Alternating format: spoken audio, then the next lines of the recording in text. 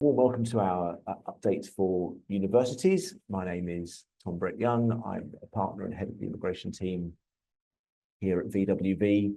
And here's what we're looking at this morning. We're going to really just sort of look over the last few months or so at some of the changes that have affected both work visas and student visas, and in particular how those changes will impact your institutions.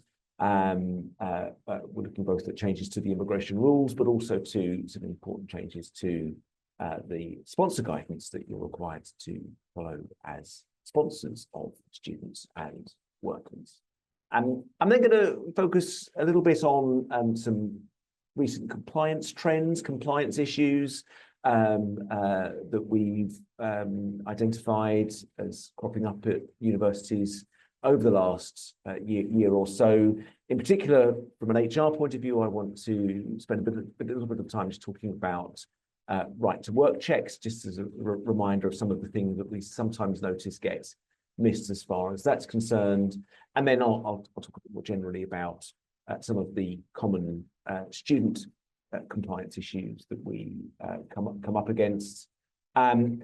Then sort of back to the theme of what's changing and what has recently changed. We'll look at eVisas, the move over to the digital immigration system, and talk a little bit about the ETA scheme, the Electronic Travel Authorisation scheme, and then we'll do a little bit of crystal ball gazing to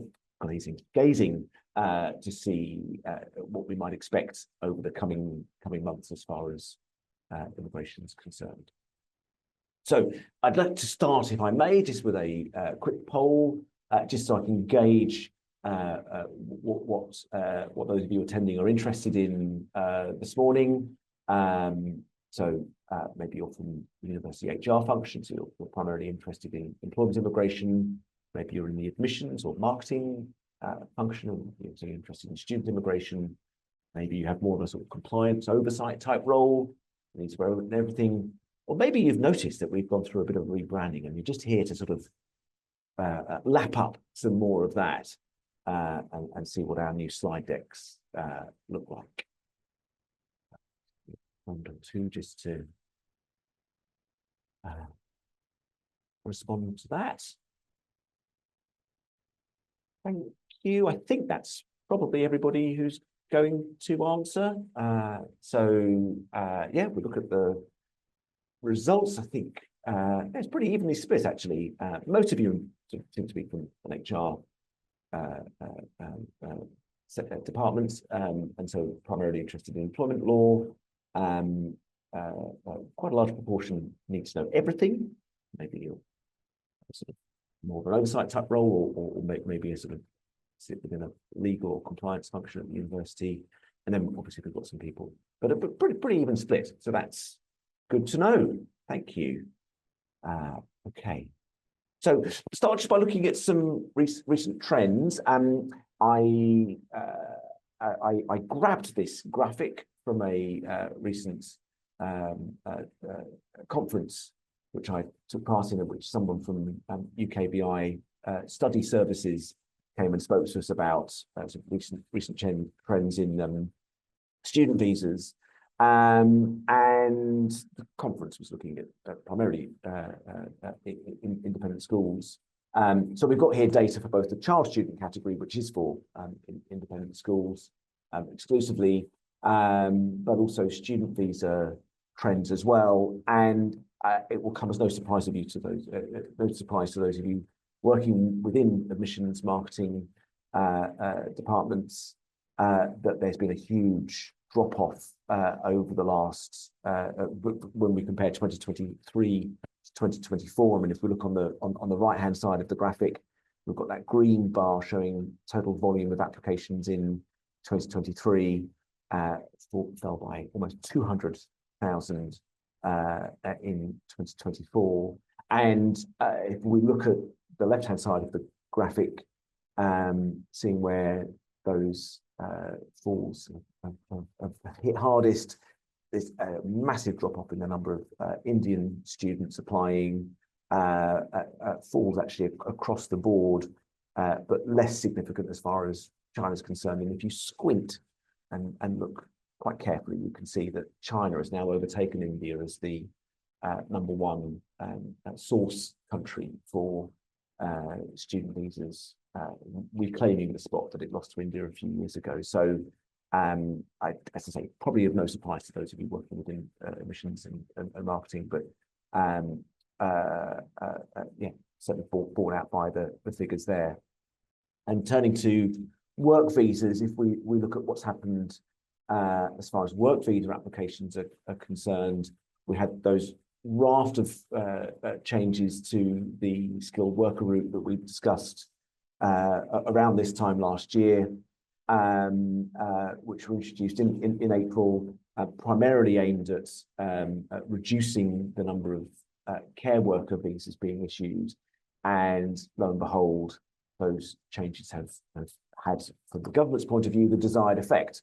Maybe not from the care sector's perspective, but certainly as far as government and wanting to sort of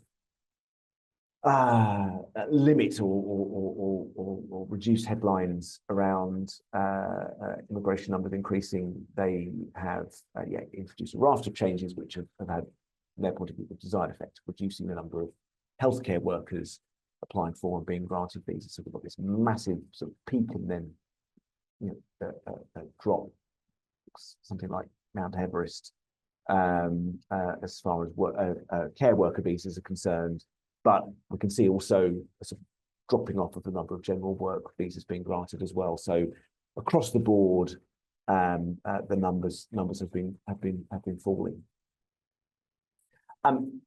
If we look at what's changed more recently, I think the main thing to focus on as far as work visas are concerned are these changes that were introduced in April around reclaiming of costs. So we've got changes to the sponsor guidance, which make it very clear that certain parts of the immigration application fee structuring has to be borne by the sponsor, and passing any costs on to the worker themselves is restricted. So it's been the case for, well, really since it was introduced, that the immigration skills charge can't be passed on to the sponsored worker.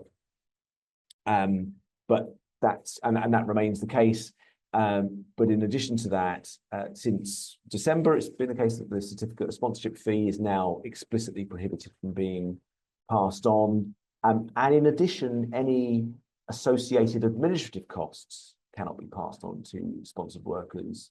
And our interpretation of that is that that would include under a clawback agreement. So, and what do we mean by associated administrative costs?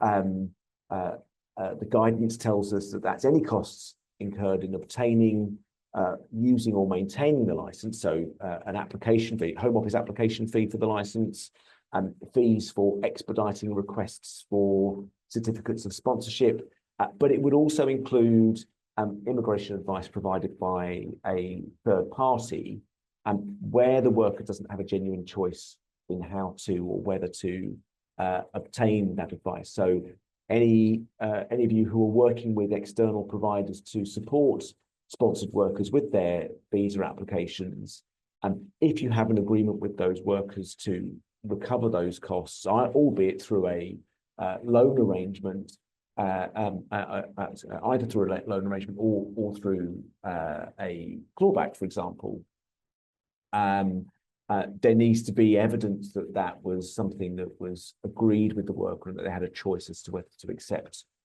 that advice or not. So that's something to think about there.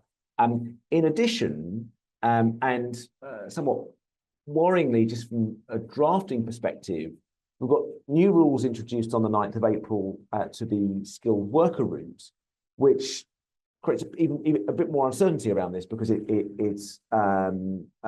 appears to go somewhat further. So these new rules talk about deductions from salary and repayments of loans being deducted from the salary threshold calculation that is made when determining whether a sponsored worker meets the salary thresholds or not. So if you enter into an agreement with a sponsored worker to repay any of the costs of their sponsorship, for example, then again, so under the rules, it appears that that would be deducted from the salary calculation. We've sought some clarification from UKVI on that. They assure us that what they're trying to, what they're aiming at, what the intention is to prevent sort of indentured employment. So these sort of exploitative scenarios, particularly within the care sector, where sponsored workers are being required to repay large sums of money, quite often not reflecting the cost of sponsorship itself, to the organisations sponsoring them, and the sort of and a lot of concern around that. The problem is in the way that these rules are drafted. There's an exception in this rule which refers to payments that aren't related to business or immigration costs, that are additional benefits, so some sort of salary sacrifice type arrangement. So the one that pops into head, a cycle to work type scheme. There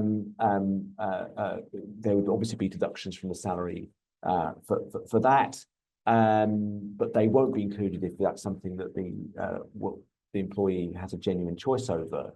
But immigration costs aren't related to that. So we do have concerns with the way that's all been drafted. We've asked for clarification beyond simple sort of verbal reassurances. We're hoping to get something in writing at some point very soon. But in the meantime, that's just something to be aware of. So certainly, as far as we can tell, the revised sponsor guidance is what they're intending. It's just the wording around the immigration rules themselves that are something of a concern. As for changes to the study routes, a few changes, most of them sort of fairly sort of technical and not terribly revolutionary in nature, but probably perhaps worth flagging anyway. Those of you who have students attending for English language courses under the short-term students route, they're now introducing a genuine, or they have now introduced a genuine short-term student rule, which sort of mirrors that which is in the other study categories. So that was probably something of a sort of a gap in the previous rules. And I dare say that short-term study visa applications were still being refused, where caseworkers had concerns about the genuineness of the student. Just those refusals wouldn't have been under a genuineness ground, because that wasn't a requirement of the rules, but I'm sure they would have found other reasons to refuse those applications. But now they have this genuineness requirement within those rules. So those of you who work with, who have, as I say, some language schools where students are coming in on that basis, just need to be aware of that. A very sort of niche change to the rules it relates to PhD students who are following their supervisor from one higher education institution to another. Under the old rules, those students would have had to have demonstrated academic progress, which would have been difficult if they were sort of partway through their PhD. Now that requirement's been dropped, so it's a nice sensible change to the rules there. Worth flagging that you'd need to set out on the CAS that you're assigning to those students who are changing institution, that they are continuing with the same supervisor, and also worth bearing in mind that ATAS authorisation might well be required in some of those cases as well. And then the final change is the removal of the postgraduate doctoral dentist provision, which is purely down to the fact that Health Education England have surrendered their student sponsor license and now sponsoring doctors and dentists in training via the skilled worker route. So they're going to affect well, actually might affect quite a large number of students, but they still have the graduates visa available to them. But as I say, I'm expecting that for the most part, those not a huge number of people are going to be affected by that. Quite a significant change, though, on the sort of student sponsorship side is the introduction within the last couple of months of the rules on remote delivery. So this has all been introduced to the student sponsor guidance, document 2, for those of you who want to get the chapter and verse. And in fact, if you're working in this area, I implore you to please do review the sponsor guidance to make sure you are fully familiar with what these new requirements are. The guidance says that they're not being enforced as yet, but have been published now so that we can prepare for these changes. So something since the pandemic, really, lots of universities have been engaging with UKVI, asking for there to be provisions and clarification around to what extent remote delivery is permitted for sponsored students. And the answer is 20% in all cases, or in any case, and then up to 40%, but only where that's been approved by UKVI. So it's only on courses at degree level or above, and your university needs to be one which has been recognised by UKVI as one which has a track record of compliance. As I say, the starting position is no more than 20% of the taught elements of any particular course can be made up of remote delivery. And then if you want to offer a course which has more than 20% remote delivery, up to 40%, then you need to get that approved by UKVI. It's also possible for there to be a greater degree of remote delivery in individual student cases, specific students, where otherwise, not providing remote delivery would be discriminatory under the Equalities Act. And then there's a sort of general carve out, which I think is sort of, I guess aimed at a sort of future pandemic type situation where we have no choice but to do remote delivery for everybody. In which case, remote delivery would be permitted.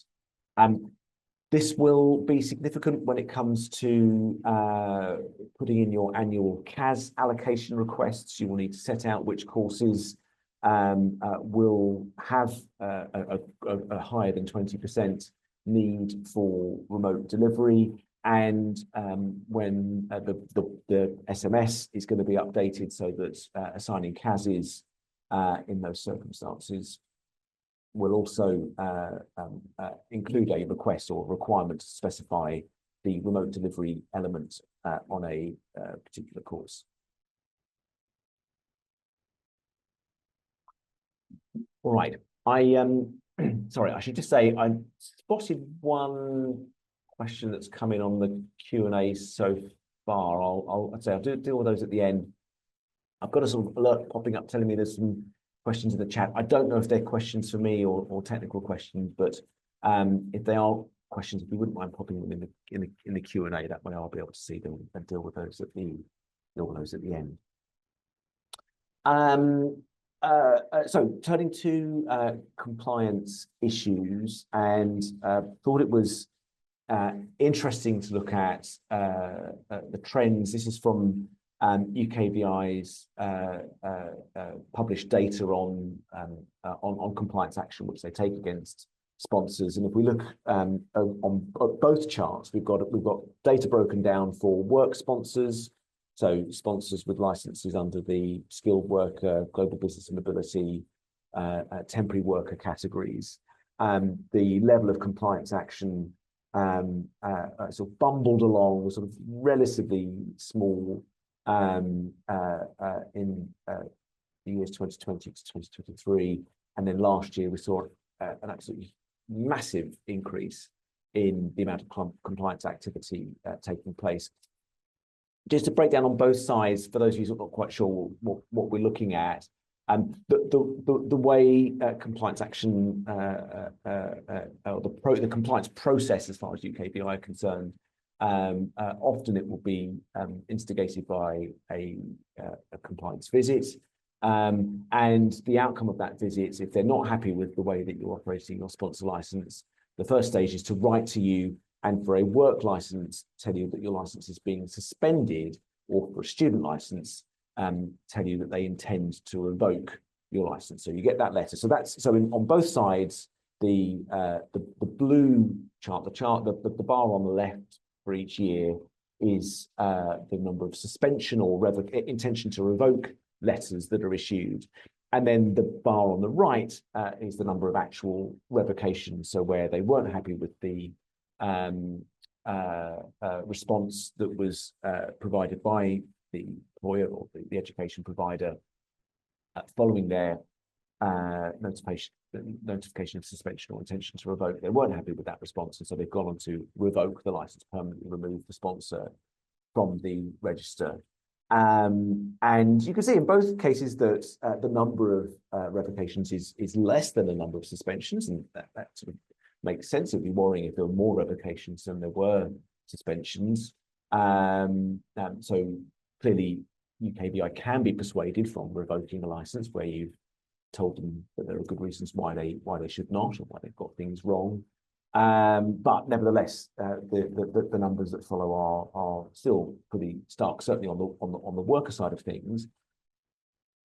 Look at the scale on the left-hand side of both bars. Both charts. You'll see that the number of student compliance revocations is sort of, we're talking a handful of institutions, but we're talking different magnitudes of scale. I mean, there are around 100,000 work visa sponsors. There are around 1,000 student sponsors. So we're talking different orders of magnitude. So although the numbers of student revocations would seem quite small, it still represents a not insignificant proportion of the total number of those sponsors. So long way of telling you, buck your ideas up. UKBI are out and about. They are looking at revoking looking to revoke licenses because it reinforces this message that the government wanted to get across, that they're being tough on immigration, and compliance is certainly one of the things that they are focusing on. So I'd be very interested to know, if you wouldn't mind answering another poll for me, whether you have been visited recently. My usual non-scientific categories for responses. Have you had a compliance visit recently? So a student compliance visit within the last 12 months, a work compliance visit in the last 12 months, a compliance visit looking at both work and student compliance within the last 12 months, longer ago than 12 months, but since the pandemic, or have you not had anything since before the pandemic? That might include some of you who've never been visited at all, but I've not broken that down within my categories, so I'll worry about that later. So just give you a moment or two to respond to that.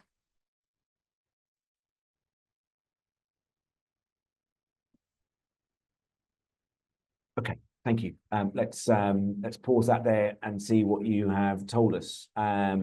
So 19% of you, so 14 of you have had student compliance visits within the last 12 months. That's really interesting. That's not at all surprising. Only a couple of you have had work compliance visits. Nobody looking at everything. Okay, that's not so surprising. They tend to just do one or the other. And then another 12 have had a visit within the last 12 months. And then over half of you, 62%, have not had a visit since the pandemic. I'd say for that cohort, for those of you who've answered that, I wouldn't be surprised, certainly if you have a student license, I wouldn't be at all surprised that they are trying to get out more and more. So yeah, do prepare for that. Okay, thank you. Moving on, Let me move on. There we go. So despite the fact that not many of you had work visa license compliance visits recently, it is something we've noted, not just within the sector, sort of within sort of wider body of employers that we act for. One of the things that we've noticed sort of going out and sort of reviewing sponsor compliance with employers has been quite surprisingly, I would say, because the regime has been around for a while, but quite surprisingly, has been sort of not the best understanding of all of the requirements for conducting right to work checks. So hopefully this is of some use. And it is worth saying, not just in terms of what we've seen, but having spoken with people in the sponsorship team at UKVI, compliance with the right to work checking regime is something that they are getting increasingly more strict on and less tolerant of breaches. So do make sure you've got robust systems in place.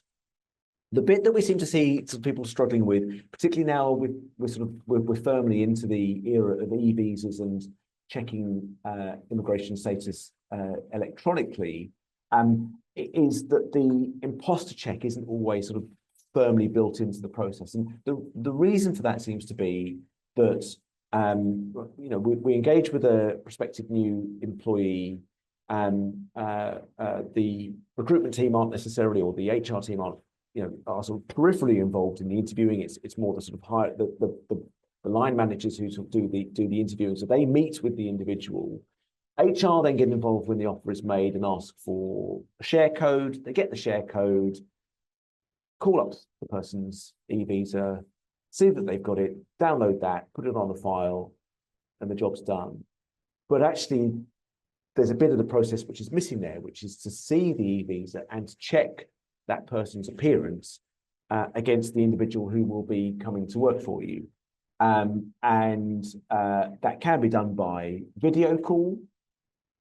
So you don't need to sort of call the person in and call up their eVisa while they're standing in front of you. You could have a video call with them, and lots of us use 2 or more screens these days. So you could have their eVisa on one screen, you could have the video call with them on the other, and you can do a nice check. And the key thing is to make sure that when you're doing that, that you document when you've done that, how you've done that, so that if asked in the future, you're able to demonstrate that you've verified that person's identity and their right to work accordingly. When we're still checking original documents, then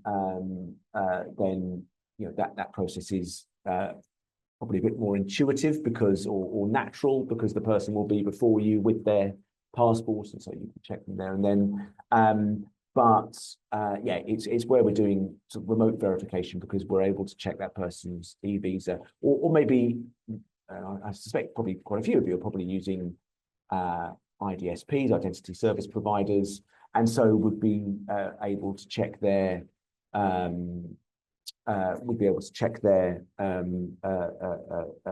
digital their status remotely as well. But again, you also need to build in the imposter check, the identity check, as part of that process. And I suppose just the final thing to say about right to work checks, which is particular for the sector, is many of you will employ the students that you sponsor, and so UKVI to that extent would hold you to a higher standard as far as those employees are concerned, and would expect you to be more on top of whether those students breach their 20 hours work restrictions or not. So yeah, having systems and processes in place to sort of monitor the number of hours that they're working, make sure that they're not inadvertently offered more hours while they're on their student visa and during term time, during their course study time, is a really important part of your processes as well. If you need additional training on right to work checks, or indeed on a wide variety of HR and employment law topics, we offer an e-learning package, which has a number of modules aimed at a wide variety of employers across all sectors, pretty much. And if you can tolerate it, there is a module with my face popping up all over it, in which we talk about right to work checks. It's a bit better scripted than this, I have to say. Yeah, if that's something that you're interested in, there's a poll on the screen now. Please respond to that, and a colleague will be in touch to tell you more.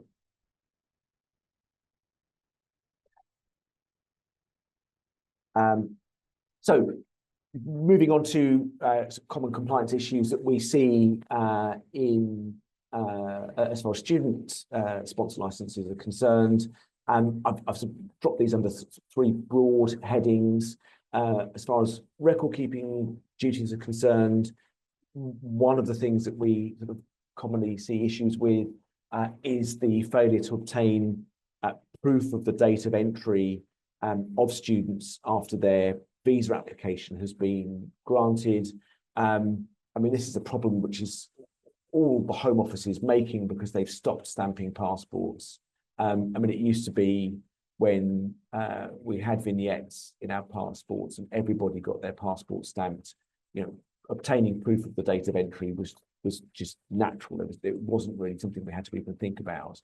But now we've got large cohorts of students who are able to enter the UK without having their passport stamped. We do have to make sure that when we're enrolling those students, when we're bringing them into the when they're enrolling after their visa's been granted, you need to think about how you're going to, or making sure that they also bring in proof of the date of their entry to the UK, so that you can record that on your files and demonstrate that they have entered the UK after the visa was granted, and therefore have entered with valid student leave. For those of you not aware, if someone's granted a visa overseas and they enter before the valid from date on that visa, then they've entered the UK as a visitor and therefore haven't activated their student visa, and you don't automatically flip over from those visit conditions to your student visa by remaining in the UK on the day when the visa becomes valid. That person has to leave and then re-enter in order to activate it. Sort of peculiar quirk of immigration law, which probably was drafted at a time when environmental concerns weren't so high on the agenda. Anyway, hopefully that's something that you have built into your admissions processes. And the other thing that we sometimes come across is situations where students' contact details haven't been updated from the application process. So they're overseas making their application to your university, they're putting in their home address, and they arrive in the UK, and for one reason or other, their new contact address in the UK isn't entered onto the system. Maybe on the day when they attend university with their documents, they haven't actually arranged any permanent accommodation. So you just leave it for now. And then when we go back in a few months later to do an audit, it turns out it still hasn't been updated, and they're showing their address still as being in their home address, wherever that overseas, even though we know that they're in the UK and attending lectures. So we don't have their up-to-date contact details, and that's an important record-keeping duty. Common sort of issues we see as far as tracking and monitoring are concerned are sort of failures to report to UKVI on students who've stopped engaging. So having an attendant engagement policy in place is obviously crucially important, but failing to enforce that and report on students who stopped engaging can sometimes be an issue. And then as far as reporting duties are concerned, failure to report failed enrolments within 10 working days of the latest date of enrolment one that we've come across, not reporting failed enrollments following visa refusals. That's slightly or very counterintuitive reporting duty. UKVI know that the visa has been refused, but they still want you to tell them about it anyway.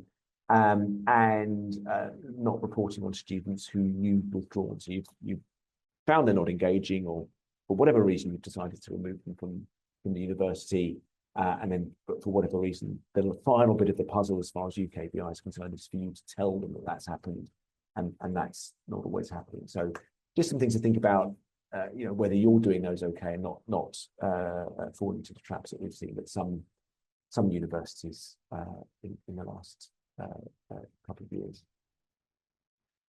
Okay, talk a little bit about eVisas, and we'll then move on to electronic travel authorisation. So if you sort of do any work with in the immigration sphere, it can't have escaped your notice, or I hope it hasn't escaped your notice, that BRPs all expired at the end of last year. And as have been replaced by eVisas accessed through a UKVI account. UKVI is still saying that I have to apologise. This wording has come from a UKVI slide, so refers to customers. I really don't like that terminology, but yeah, visa holders are still being advised to keep their expired BRPs, as they may be used for future applications when verifying their identity. May also be useful when travelling in and out of the UK if there's an issue with the database at the time when they arrive. For people who've had trouble setting up their UKVI accounts and eVisas, UKVI have extended the date by which they can travel into the UK simply using their BRP.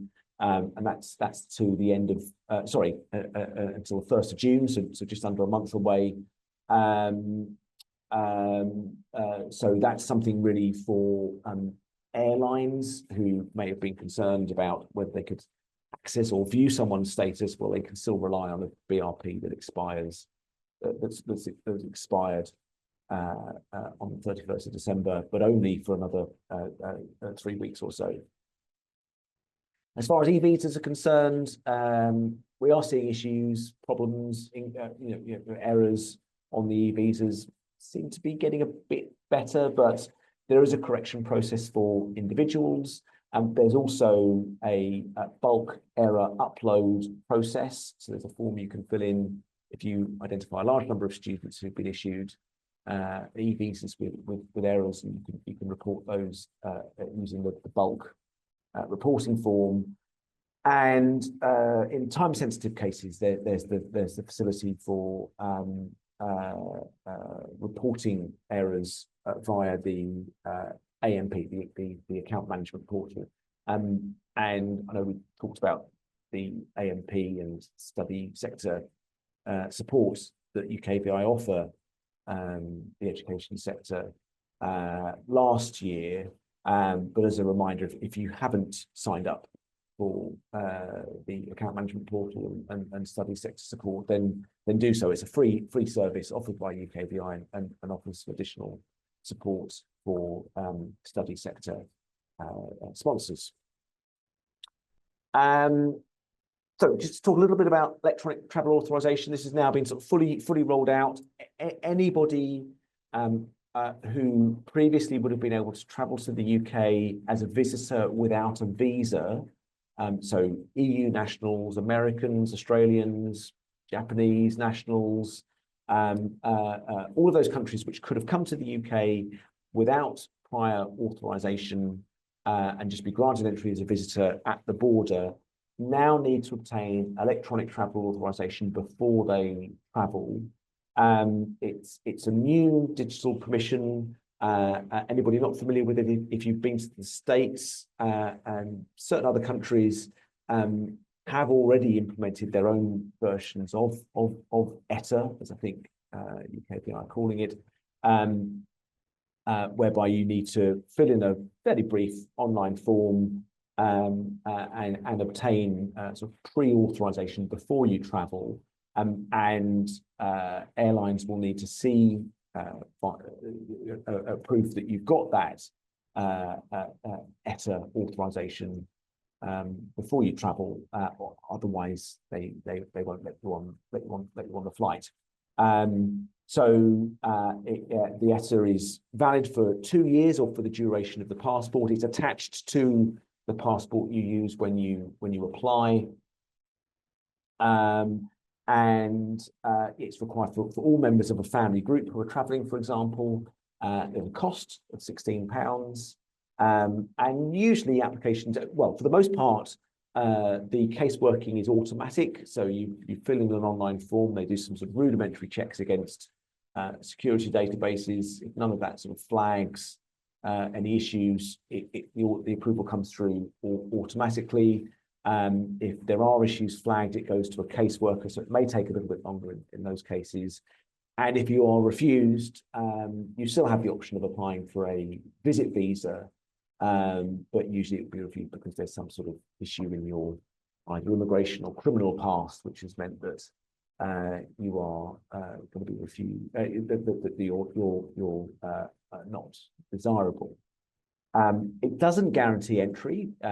You could still be refused entry at the border. It's simply an authorization to travel. So someone coming here with an intention to work might still get an ETA, but when they turn up at the border and if they speak to an immigration officer and tell them that they're here to work, they'll be turned away because they obviously still need a skilled worker visa or another form of work authorization, which they should have obtained before they travelled. Right, just sort of to wrap up, but we'll quick look at some future developments. We've promised an immigration white paper. Suspect it might come out in the next few weeks. In my sort of left-hand column, just summarise some of the things that have been sort of suggested in the press will be contained within that white paper. The usual promise to reduce net migration, I'm sure, will be in there, and there's some stuff which is relevant to our sector. Lots of talk in recent weeks about restricting graduate visas, maybe not, hopefully not scrapping the route altogether, but restrictions on them taking low-skilled jobs or restrictions on the types of salaries they can receive. It's hard to know exactly what form that will take at the moment, but it does suggest that there will be restrictions placed upon them. It doesn't sound like the recent increases to skilled worker salary thresholds or the salary threshold for partner visas are going to be reduced. They were increased quite significantly by the last government. Doesn't sound like they're going to be reduced. We had a small hope that they might be. And then just in recent days, we've heard these stories about the government wanting to place restrictions on students or workers from countries which have had high numbers of asylum claimants. Which is deeply worrying. Suspect that the numbers of students and workers claiming asylum is relatively small, but I suppose any increase is worrying as far as the government's concerned. And so it seems that the talk is that there will be some sort of restriction of that, and that will obviously have an impact on student recruitment numbers, unfortunately. So yeah, no details as yet. We have to wait for the white paper and we'll see what that contains. As far as sort of more sort of substantive changes or things that we know a bit more detail about, we sort of promised sort of standardization of the way in which UKVI gather the details from sponsors about the agents, educational agents that they work with. It seems that another update to the SMS will be for agent details to be included on the CAS, as well as we can see on the right-hand side of the screen, original course dates. So that's a fairly minor change, but where someone's already on a course but needs a CAS to extend their stay, it seems that there will be the ability to input or there will be an optional field to include the original course start date. Details of scholarships would also be included on the CAS. Again, I don't have any dates for any of this, but this is what we've been told will be introduced. So yeah, some updates to the SMS at some point soon relating to that. Right, nearly time for questions. Just before we do, if any of you would like any support of an immigration variety, I have a poll on screen, and I'd be very happy to hear from you if you want support with any of these things. And while you are answering that, I will have a look at what you've said in the Q&A. Just forward up.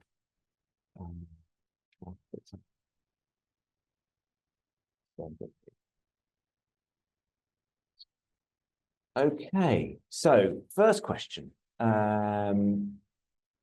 As it is so I think this, so okay, so this relates to the deductions from salary, or the restrictions, the prohibition on passing on certain costs to skilled workers. Question is, as it is skilled workers' choice, would any deductions due to industrial actions count? I would guess this is only an issue if they're very close to the minimum salary permitted. I don't think that's covered by the changes which have been introduced in April. It's already a carve out within Part 9 of the immigration rules, which says that deductions from salary aren't permitted except for a particular list of reasons, and I'm pretty sure industrial action is within those. So no, I don't. That would not be problematic. But thank you for the question. You mentioned that changes would include employers no longer being able to reclaim costs, including for immigration surcharge from employees. Would that include for visa extensions? So you certainly can't reclaim the immigration skills charge, be it for an initial application or for an extension. If we're talking about the immigration health surcharge, I think one of our concerns about the way in which these new rules have been drafted is that a lot of the time employers will offer to pay these charges on behalf of sponsored workers because they are a hell of a lot of money, and people don't have that sort of cash lying around, particularly if they're coming from overseas from a poorer country. And so the employer will offer to make those payments and say, but they are your costs, and so we will recover them from you through payroll. And the drafting of the new rules sort of seems to suggest that that would be problematic. And yet, if the employer said, well, it's your problem, why don't you get a loan from the bank? That would seem to be okay. But the two situations are almost identical. In both cases, the employee is borrowing money in order to pay for their immigration costs. One situation, they're repaying a bank, and that would appear to be fine. And in the other situation, they're repaying their employer. And UKVI, or the rule seems to suggest that that might need to be deducted then from the salary which is being relied on. And if their salary is close to the threshold, would bring them below that salary threshold. So, as I said, we've asked for clarification on this, and with any luck, we'll have something soon. We suspect that that's not the intention, and certainly what we've been told verbally is that that's not the intention. But it would just be good to have that confirmation in writing. Somebody has asked whether the revocations in the bar chart, whether that mean in my bar charts where I showed you the compliance action taking place. Somebody says, for the term revocations in the bar chart, does this mean 11 institutions lost their license last year? I forget the numbers, but if 11 was the number of revocations, so the far furthest right bar on those two bar charts that I shared, if that number is 11, then yes, that means that 11 education providers lost their sponsor license in 2024. So that won't just be universities, though. That will include independent schools, private colleges, pathway providers. So it will be a real mix. But yes, 11 institutions, 11 education providers were removed from the register of sponsors last year. Okay, question here on imposter checks. I make staff do an imposter check for follow-up checks, and it's part of the right to work process. But is this overkill? They're obviously already staff. We have the previous check on file, which HR can check the picture against to make sure it's the right person. Right to work is the issue I get most pushback on from academics when engaging external examiners. Let me just check I've understood that correctly. So making staff do the imposter check for follow-up checks. I mean, I'm not sure I've understood the question completely, but whenever you do a right to work check, so be that pre-employment or where the person's visa is about to expire and you're doing their follow-up check, yes, verifying the person's identity, making sure that the evidence you've been provided, the passport, the output from the IDSP, the eVisa, relates to the person who you are about to or are employing is an important part of the process. And I mean, frankly, given that we can do the checks remotely now, it might seem like a pain, but it's still something that we have to do. The question about external examiners, or the point about external examiners, is an interesting one. The right to work guidance doesn't sort of put any expiry on the check that you've done. It doesn't say you can do it too early, and nor does it sort of say that it might expire. But I think it is still sensible if you are engaging external examiners on a sort of for a short period, even if it's, you know, I've always sort of thought if it's sort of more than 6 months since you did the last check, it's probably sensible to do one again. But that's not based on any guidance. That's just you know, I don't know, a cut-off point I've sort of come up with on my own. So I'm not sure I've sort of fully answered the question, but yeah, I would say even if you're getting pushback, you need to push back harder, because if you're found to be in breach, it has some very wide-reaching implications for the institution. For students, should we be undertaking in-person checks? I don't know if that's relating to right to work checks. If it is, you don't have to, because you can get their eVisa, and you could have a video call with them in order to verify their eVisa against their appearance. So no, you don't have to do that in person. Another question about students' eVisas. As students' eVisas don't have info about the sponsor, we need to collect and store decision letters also. That's an interesting question. The Appendix D of the sponsor guidance, which is the document which sets out the documents we need to obtain and retain to comply with our record-keeping duties, recommends that you obtain decision letters, but it's not mandatory. So you can take a view on that. If it's not too onerous, well, I mean, everything extra I tell you to do is going to be onerous in some way or another, but if it is possible to build that into your process, then I think it is a good thing to do, so that you can check that they've been granted the visa with the right conditions. But I think the key thing really is to make sure that if you are going to do that, that you're able to do it consistently. And so collecting decision letters for half of your sponsored students would almost be worse than not doing it for any. In fact, it probably is worse than not doing it for any. If you don't do it for any, then you can say, we've taken a view as an institution not to do that. If you're doing it for half, but not for the other half, then it just looks like you sort of, you know, you're not really sure what you're doing. Next question. May I just check, have the Home Office been noting failure to retain evidence of entry date as a compliance issue? Appendix D says that you must check and record the date but you don't need to retain evidence. Yes, absolutely correct. Thank you for that clarification.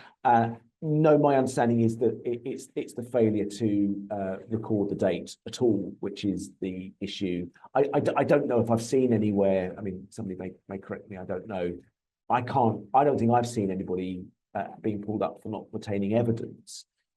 As best practice, I would make a note, in addition to the date of entry, I would make a note of what document you saw to verify the date of entry, and the date that you saw that, if it's different from the date you did the other checks. But no, you don't need to keep a copy of that document you saw. Yeah. With an e-visa error for students, is it only the visa holder's responsibility to contact UKVI, or does the sponsoring HEI also have to? I think that falls between two stools. Certainly the visa holder has that responsibility. There is a duty in the student sponsor guidance, isn't there, to notify UKVI where incorrect conditions have been granted. So if the visa error is such that the conditions are wrong, and that could include the wrong expiry date, because that is one of your conditions, then yeah, UKVI would say that you are required to inform them. But there may be some errors. Maybe if these are on photograph, for example. That's certainly an error we've seen. I don't know whether that's kind of your conditions. I don't know. Interesting. Need to think more about that. Do we need to store ETA confirmation emails for students coming for just one semester, or is this not required if they wouldn't have been allowed to enter without it? No, I don't think you do. I can't think that that would be something. You would need to get proof of the date of entry so that you can be satisfied. If they haven't had their visas, their passport stamped, then I would still, I would still get proof of the date of entry so that you know when their 6 months starts and then ends. But no, I don't think there would be any reason or requirement to get an ETA, because an ETA isn't an immigration grant, it's just a travel authorization. Oh, okay, I've been told that I've been answered the right to work questions perfectly. So there we go. I don't want to blow my own trumpet, but always nice to have praise. Thank you. Does a student visa holder need an ATAS certificate to work as a researcher if undertaking a role as an HEI where they are researching at PhD level or above in an applicable ATAS CAH code? Needing an ATAS certificate to work as a researcher. So, oh gosh, it's a few weeks since I've had to look at ATAS. You need it more often than you would think. Yes, I think that you may need to email me separately about this, and I can send you my thinking on ATAS. But yeah, the definition of research is a bit broader than you think, and so it might well be that someone who is working on a visa and has the ATAS condition attached to their leave would need to get an ATAS authorization before commencing that work/research. Sorry, I'm a bit hazy on that one. As I say, ATAS always throws me a little bit. I hope, exhausted you as far as the questions are concerned, and we are at 12 o'clock. So on that basis, I would like to thank you very much for attending. Please do answer our feedback poll. It's always very helpful to get that feedback. I do hope it's been of some use, of some value to you. As I mentioned earlier, you will get slides and a recording, hopefully at some point next week. But otherwise, I wish you a pleasant remainder of Thursday, and hope to hear from some of you very soon. All the very best. Thank you.